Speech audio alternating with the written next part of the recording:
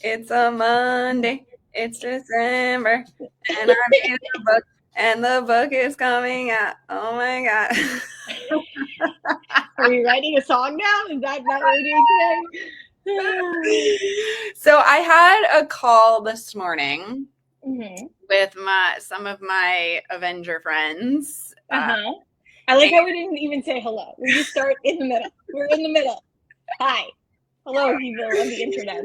And they were like, "What's your problem?" Because, okay, just to back up for like 30 seconds, I'm in pre launch panic, the pre launch Yes. panic.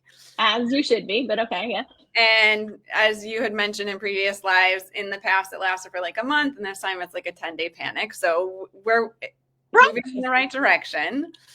We're all talking about this, and for those of you who don't know why we're on live, and so yesterday I went to breath work, and I was crying about all the things at breath work. And I don't know if you remember, but I told you when we were having the conversation last week that the thing came up is, why are you trying so hard? Why are you trying so Right. hard? And so that was the theme for yesterday and today again. And so what came up in the breath work when I was talking to my breath work teacher about the trying so hard, he's like, there's the part of you, that's based in limiting beliefs. That's like worried about all the things and thinks you have to do things to overcome the things. Like you have something to prove, right? And you have you have to work to accomplish the things and whatever. And he's like, the reality is the place you write from and the place that's like your true essence is the place of abundance. It's not scarcity, it's flow, it's ease, right? Like it came through you, and in the same way it came through you, it will go out and it will reach the people that it's intended to reach, which was really helpful. And I definitely felt like a lot of relief after the breath work. And then today I went on my call with my friends, and they were like, okay, so what's the problem?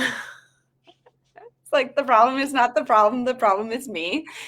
Yeah. The problem is your attitude about the problem, but yes, okay.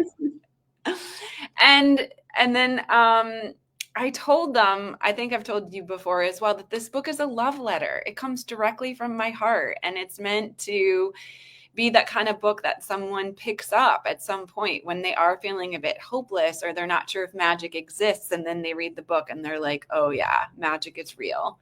Magic is real, right? No pressure. No pressure. And I came back to this theme again about trying so hard, and my friends said, why don't you just like let the book go where it needs to go and reach the people that it needs to reach? Like there are people out there that need a message of hope and they need a message of magic, and why don't you just let the book find them and come from that place of real mission and purpose when you're talking about it or promoting it or whatever you're doing. Allow it to just be that. And so now I'm trying to be an allow. We got 4 more days of allowing. And I'm trying to be in the allow and just allow this process to unfold. The other thing I was telling them is it feels very much like a creative birth, and in any creative birth, there's that tension and there's Yeah. that release of the thing that you made and sending it out into the world, right? And then you go home with a new baby and you're like, what do I do with the baby? Yes, to all of this. And I think that, I think one of the things that's super interesting about the allowing, right, is like the definition is like to give permission to, right? Because allowing was one of my words of the year. And so, and listen, it was a year that fucking kicked my ass because I kept being like, because the question over and over and over became like, what am I giving permission to? Right. And this idea of, am I giving the permission for the book to be what it needs to be? Am I giving the permission for it to reach the people it needs to reach? Am I giving the permission to try to control all the pieces? And, that's not working very well. Am I giving, and like, in the space of allowing, I think there's like always this idea of like, once you sign off on the permission, like that it's easy. And I don't think that that's necessarily true. Right. I was having a very interesting conversation with my 18-year-old who is still a senior in high school. And I was like, and we were discussing how late one should come home, right? The normal discussion you have with your senior in high school about like, hey, if you're out, I cannot sleep very well, right? And it wasn't like this like very hard discussion of like you're an asshole because you don't do these things and whatever. It was very much like, what is your like perception of this on your side? And she's like, you know where I am. You have my location. I text you immediately as soon as you text me back. Like, why can't you just go to sleep? Like, why can't you just, whatever? And I was like, in theory, that would be lovely, right? I would love to give you permission to have more space. I would love to give you that permission. But like also understanding like that permission is not something that all of a sudden just like happens. Yes. It's like, I've been trying to keep you alive for 18 years, right? And so now we're in a space that's a little bit different. And I think that the book is very similar to this. It's like, you're like, all right, I gave you life, right? Like I let you come out through me onto page, right? And you're like, and I kept you alive. Like I sent you to the editor, I've done the things. And then you're like, do you know where you're going? Do you know what you're doing? Can you share your location with me? Can somebody give me the location of where you're going? Right. And like, can I track you with the GPS? Right. And like the trust that is gained in the same way as like your kids or whatever, it's like, yeah, like you're reminding me of the permission thing, because there's a scene in the book, if you remember the first time that I do ayahuasca in the book, she starts asking me for consent, and she asks me over and over and over again for consent. And when I was in my breath work yesterday, she came back in my breath work and she was like, do you remember when I asked you for consent? And I was like, yes. And then she was like, do you consent to releasing the book? Do you consent to letting it go? Do you consent? And like, I think we get to give that permission. I think we get to give permission and we get to consent for the things we're making and the things we're creating. I think we get to do that like over and over again. I don't think it's this like, external will that's like imposed upon us. I think it's a co-creation that we have. I agree. And I think that also like understanding like sometimes consent, it's like doesn't always come with ease, right? Like sometimes you have to like watch your kid drive away in a car and you think, well, that's a fucking terrible idea, right? But like, how the hell else did they learn to drive, right? Like you have to be able to like take the book and be like, I believe you're going to get to the right people. Like put this onto Amazon and Amazon's going to do all the right things and the words are going to show up on the page and the recording is going to show up in the Audible and the things are going to work. And like, that is not comfortable. It's not. I know. And like, it's part of the process, right? Like, it's also like part of like being the hero in your own journey, right? It is part of the like, and the declaration of like, and it sucks. And like, also like, I am giving permission to it to be true.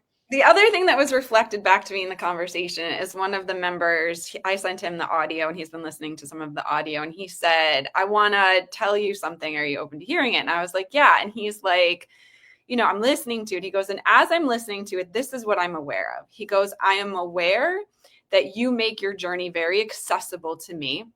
I am aware that I feel like you make it so accessible that it's an every man's journey, that the things that you do in this book, I could also do.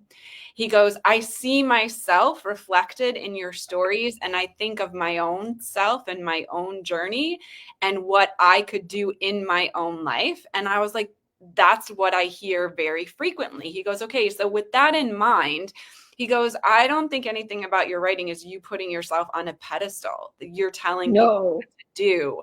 You're preaching to them, right? He's like, I think you're just an open person. And in that openness, it makes a new journey accessible to other people. They feel that connectedness. They feel that accessibility. He goes, I think you need to think of it in that way. Because we get stuck. I mean, I get stuck. I shouldn't speak for others. I get stuck with this, authorship, and that it means something like you're somehow above. And that's not the intention of the writing. And it's not a role I like to play. I'm trying to do what he says happened for him in the listening, which was just opening a door. All I'm trying to do is open a door of possibility for people. I mean, and I think that like yes, I think that that is completely and totally true. And I mean, I get the same feeling when I read your books. It never feels like you're like trying to tell me what to do. You're just like, here's what I've done. And like, I hope this journey finds you well. Like, it doesn't ever feel like, hey, you should go try this exact formula, you know? But I think that also when you come from the background of like health and wellness, there's a huge piece of the guru bullshit, Yes. right? And I think that you are also like hyper aware of like, dude, I'm not your fucking guru, right? Like, I'm a couple of steps ahead in a couple of places. Like, that's it. And, you know, which I think is what makes the writing so interesting. You're not trying to be like, hey, everybody should quit their job and go woofing for a whole year and travel to all these random places and learn a whole bunch of random skills that they never knew and then take some psychedelics in the process. Like, not mushrooms. Does anybody want some mushrooms?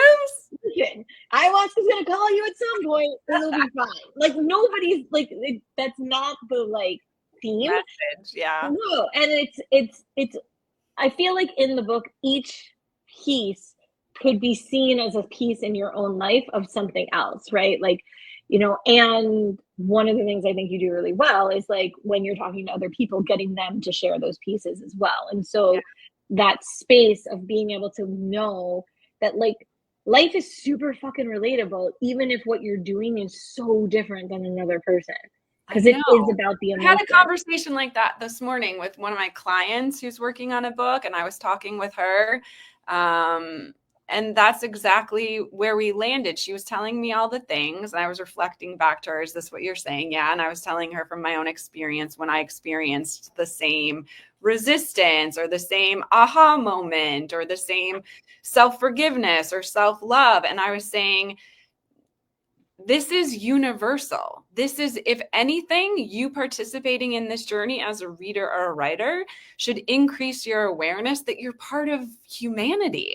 This is a human journey that we're on. And to quote Rumi, we're just walking each other home, right? Like this is something that we're all traveling together.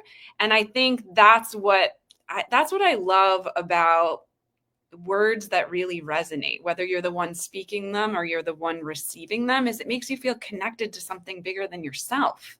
Yeah. Yes. And that feeling, that connection of bigger than yourself and like the beauty of the simplicity of like, you're not that special, right? Like, it's like, oh, we're all going on a different journey and we're all doing some different things. And like, sometimes you can find those things in those tiny little moments, and sometimes you have to go on an epic adventure to get there. But like, everybody is having some kind of journey. Yeah. And it doesn't also have to be monumental. Yeah. Yeah. And when you're writing these stories and you start to see like the patterns that you experience in your life and the themes of your life, it's such an act of self-awareness. And I was telling her there's going to be things that you learn about yourself that you don't like.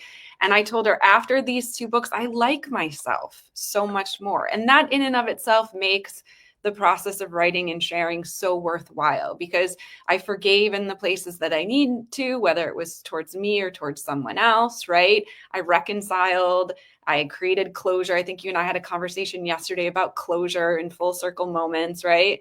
Mm-hmm. And, it's like a portal that you go through and that you experience yourself in a different way on the other side. All right. So like, it's not so terrible to put all this into the world. My friend told me this story about like when he had his first baby, and he's like, they handed him the baby and they were like, bye. And he's like, what do you mean? And they were like, you can leave now. And he's like, they didn't even walk us to the door. They were just like, bye. And he's like, you just brought home this thing and you were like, what the hell am I supposed to do with this? I had my kids in a birth center, and you leave after 4 hours.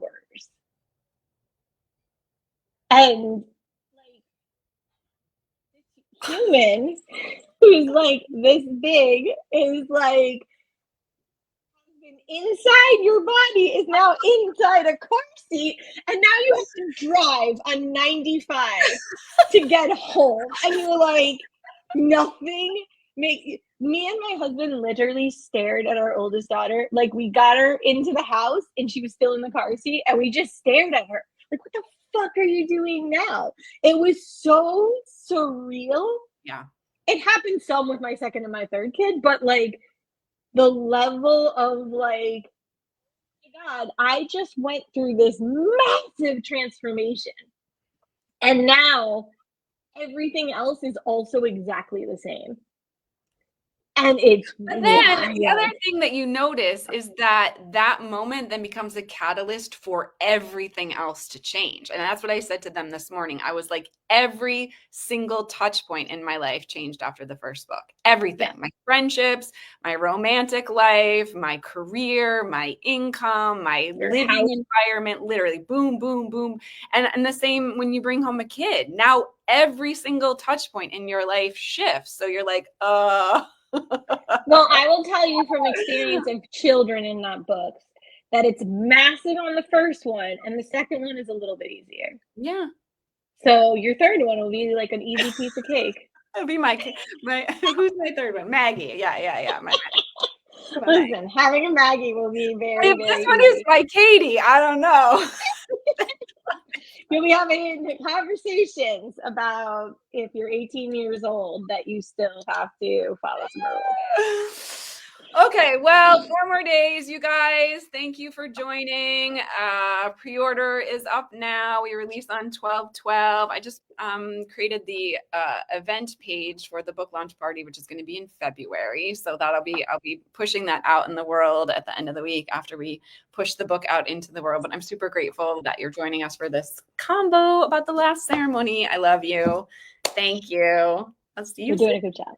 Bye. Goodbye.